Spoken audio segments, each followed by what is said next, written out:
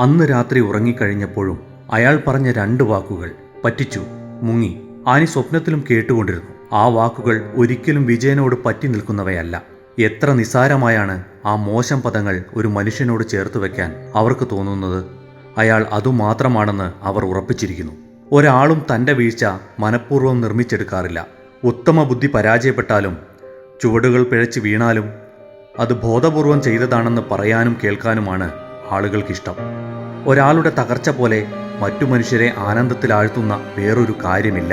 ആ വന്നവർക്ക് വഴി കാണിച്ചു കൊടുത്ത് അവർ പറയുന്നത് ശ്രദ്ധിച്ചു നിന്നവരെ അവൾ ഓർത്തു. പരാജയം ചുറ്റും നിൽക്കുന്നവരെ ലഹരി പിടിപ്പിക്കുന്നു. ശലഭമാകുന്നതിനു മുൻപ് മരിച്ചു പോകുന്ന പ്യൂപ്പകളുടെ കഥ നിങ്ങൾ കേട്ടിട്ടുണ്ടോ? ആൾക്കൂട്ടത്തിൽ തിരിച്ചറിയപ്പെടാതെ പോയ ഏകാകികളായ മനുഷ്യരെ നിങ്ങൾക്കറിയാമോ?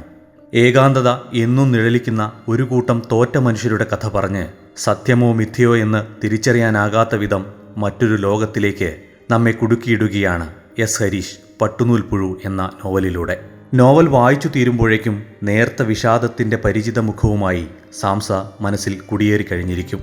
ഈന്തുമരത്തിൽ തളയ്ക്കപ്പെട്ട ഭ്രാന്തൻ സ്റ്റീഫൻ ഒരു കോണിലിരുന്ന് പുലഭ്യം പറയുന്നു. അച്ഛനാൽ അപമാനിക്കപ്പെടേണ്ടി വന്ന കൗമാരക്കാരനായ സാംസയും നിസ്സഹായത മാത്രം കൈമുതലുള്ള ആനിയും നഷ്ടപ്രണയത്തിന്റെ ഭാരം പേറുന്ന ശ്യാമയും ഒരു തൂവൽ കണക്കോളം ദുഃഖം ബാക്കി വെക്കുന്നു. മനുഷ്യ മനസ്സിന്റെ പല തലങ്ങളിലേക്കും കടന്നു കയറുകയാണ് പട്ടുനൂൽപ്പുഴു എന്ന നോവൽ.